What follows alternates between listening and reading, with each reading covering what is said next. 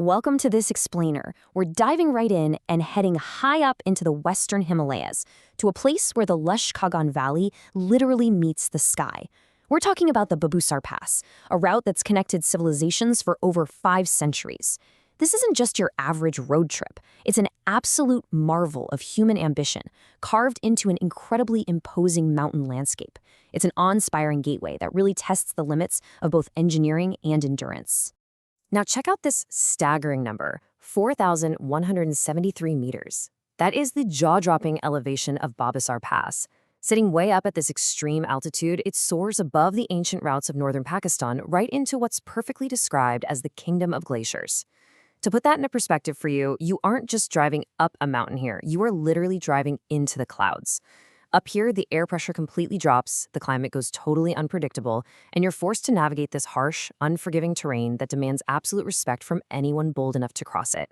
This ribbon of asphalt completely defies the vertical world around it. It acts as this incredible bridge between two drastically different geographic provinces.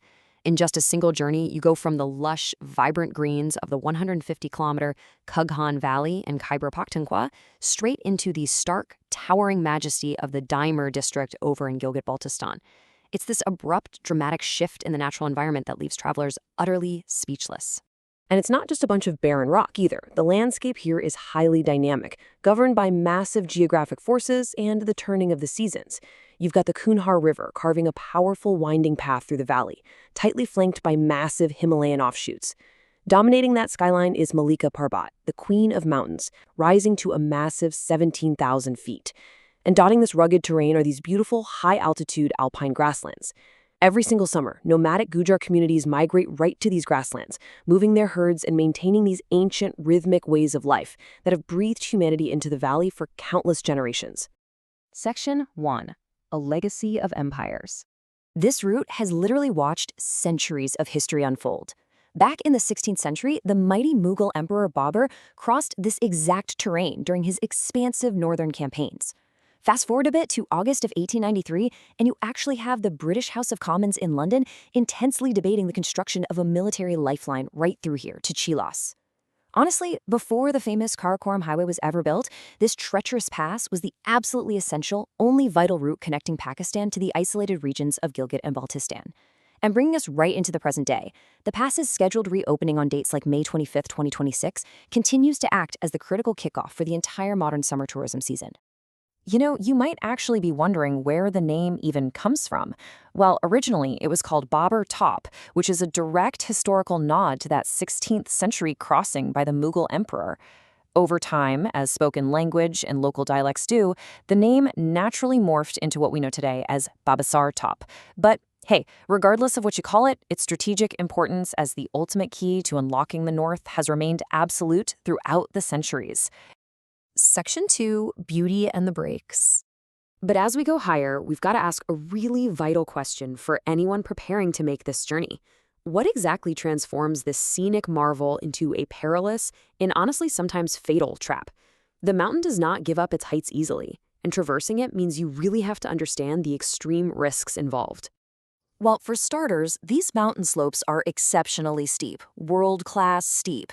Now, combine that massive vertical drop with a high frequency of tourists who have little to no experience driving in severe alpine conditions, and it creates a total recipe for disaster. We are literally talking about critical brake failures on these severe descents that tragically claim lives every single year. Add in severe winter avalanches and crushing, heavy snowfall, and it becomes completely clear why the pass faces a mandatory, seasonal closure until late May or early June. You simply cannot battle this mountain in the dead of winter and expect to win. Section 3. The Modern Traveler's Experience. All right, let's shift gears and look at what it's actually like to make this climb today. Imagine starting your journey down in the charming, bustling gateway town of Naran at about 2,400 meters, and just slowly winding your way up until you are eye level with the clouds.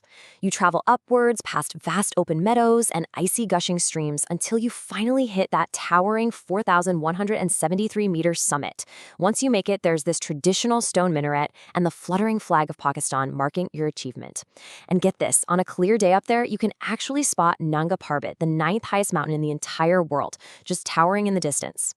And the drive up, it's lined with stops that feel almost out of a myth. You'll pass Lake Saiful Malook, which is this deeply mesmerizing place steeped in the ancient folklore of a Persian prince who fell in love with a fairy princess right there on its waters. You'll see the striking azure glacial waters of Lolisar Lake, sitting at nearly 11,200 feet, and you can witness the freezing cascades of Such waterfall. Plus, all along the route, you can chat with local vendors and pick up unique items like palusa and burhani. It's this beautiful mix of natural wonder and rich local culture.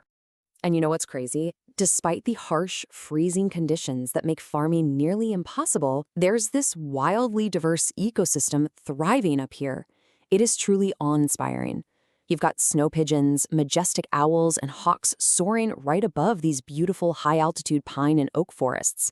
Down below them, wild sheep and mountain goats are expertly navigating the sheer, rocky crags. It's a thriving, living ecosystem existing on the absolute edge of what is biologically possible.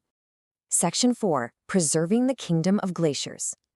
Now, this number, 145 kilometers, is an absolute game changer for the entire region. The continued construction and paving of the Montserrat-Naran Kaghan Road is actively cutting the trip between Montserrat and Shilas down by 145 kilometers. This isn't just about convenience, right? It literally breaks the historical isolation of the area. This dramatic reduction in travel time is the main catalyst, driving a massive local tourism economy, generating vital commercial activity and employment for the whole Kaghan Valley. But as you can probably guess, this creates a massive chain reaction. As road improvements drastically increase access, thousands of tourists flock to the destination each summer to escape the heat. That sudden influx of people naturally allows local businesses, hospitality, and transport services to absolutely thrive, bringing newly found wealth to the valley. But it comes at a huge cost. The local infrastructure faces unprecedented strain, and environmental degradation accelerates right alongside that economic boom. And that brings us to the stark reality on the ground today. Unregulated construction is actively eating into the pristine, scenic routes just to accommodate the rush of visitors. Rapid deforestation is systematically clearing out ancient trees, which is often fueled by illegal timber operations. The very roads that brought the boom in the first place, they're deteriorating rapidly from sheer overuse.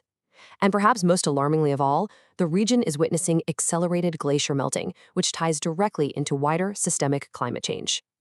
So, it all boils down to this. As modern explorers, how on earth do we balance our deep thirst for mountain adventure with the urgent, undeniable need for sustainable preservation? How do we go about developing ecotourism, viewing points, and hiking trails that empower local communities economically without completely destroying the very natural charm that draws us all there in the first place? Because at the end of the day, Babusar Pass is way more than just a road.